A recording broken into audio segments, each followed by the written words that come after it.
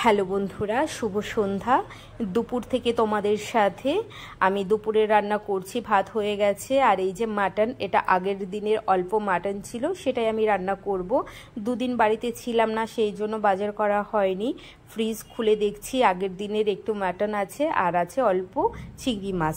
তো এটাই আজ রান্না করব। এই যে চিংড়ি মাছের দো পেঁয়াজা করছি। ভাতের মধ্যে আলু সেদ্ধ দিয়ে দিয়েছি, আর মাটন আলু সেদ্ধটা লাল করে মেখে পৃথ্বীর বাবার লাঞ্চ বক্সে দিয়ে দিলাম। সঙ্গে দিয়ে দিলাম মাটনটাও আমি হট টিফিন ক্যারিয়ারে দিলাম, যাতে করে জমে না যায়। লাঞ্চ বক্স রেডি করে পাঠিয়ে দিয়ে আমরাও খেয়ে নিলাম। তারপর অনেকটা সময় চলে গেল। সন্ধে থেকে ছেলে আবার বায়না করছে, মা চাউমিন করো, চাউমিন খাবো। আগে থেকে আমি ভেবেছিলাম এই প্রচণ্ড গরমের মধ্যে আর ভালো লাগছে না রান্না করতে, তো রাতের বেলায় শুধু রুটি করব, আর দুধ আছে, দুধ রুটি দিয়েই রাতটা চলে যাবে। কিন্তু না, ছেলের বায়নাতে আমাকে আবার চাউমিন করতে হচ্ছে। তখন ভাবলাম যে পৃথ্বী চাউমিন খাবে, তাহলে এমনভাবে করি যেটা পৃথ্বীর বাবারও খুব পছন্দের। আসলে পৃথ্বীর বাবা হচ্ছে খুব করে ভাজা চাউমিন পছন্দ করে না, ও দেখতে সাদা হবে আর কালারফুল হবে, সেই চাউমিনটাই পছন্দ করে। আসলে অনেকটা পাস্তা টাইপের করে চাউমিন করে দিলে ওর সেটা পছন্দের। এমনি যেটা দোকানে কিনতে পাওয়া যায় অতটা সে পছন্দ করে না।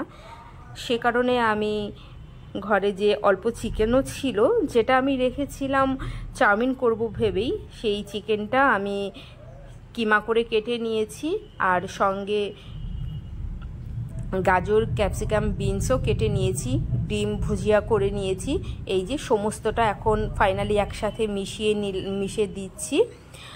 সঙ্গে দিয়ে দিয়েছি গোলমরিচ গুঁড়ো। আর আমার এই কড়াইটা এতটাই ভালো, অল্প তেলে সমস্ত রকম ভাজাভুজি করা যায়, লেগে যায় না। এই তো আমার চাউমিন করা হয়ে গেছে, প্লেটে বেড়ে দিয়েছি। এটা পৃথ্বীর বাবার প্লেট, তো এটা আমার। আর এই যে পৃথ্বী হচ্ছে সস দিয়ে খাবে। পৃথ্বীর বাবা বলছে যে আমাকে এর মধ্যে চিজ দিয়ে দাও। আমি বললাম, তুমি সব কিছুতেই চিজ খাও, কি আর করা।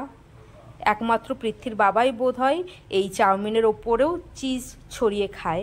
তো আমি গ্রেট করে দিচ্ছি, অল্প দিচ্ছিলাম না, হবে না, অনেকটা পরিমাণেই চিজ আমি ওকে গ্রেট করে দিলাম। তোমরা কি কেউ কখনো এইভাবে চাউমিন খাও, পছন্দ করো? আমি কিন্তু পছন্দ করি না, আমি খাই না। তোমরা যদি কেউ এভাবে চাউমিন খেতে পছন্দ করো অবশ্যই জানিও। আর রাতের বেলায় ও মিষ্টি এনেছিল, সরপুরিয়া আর হচ্ছে লচমচম এনেছিল। অবশ্য এই সরপুরিয়াটা কৃষ্ণনগরের নয়, আমাদের রানাঘাটের সরপুরিয়া। আজকে একটা খুশির বা শুভ দিন ছিল, সে কারণেই মিষ্টি এনেছে।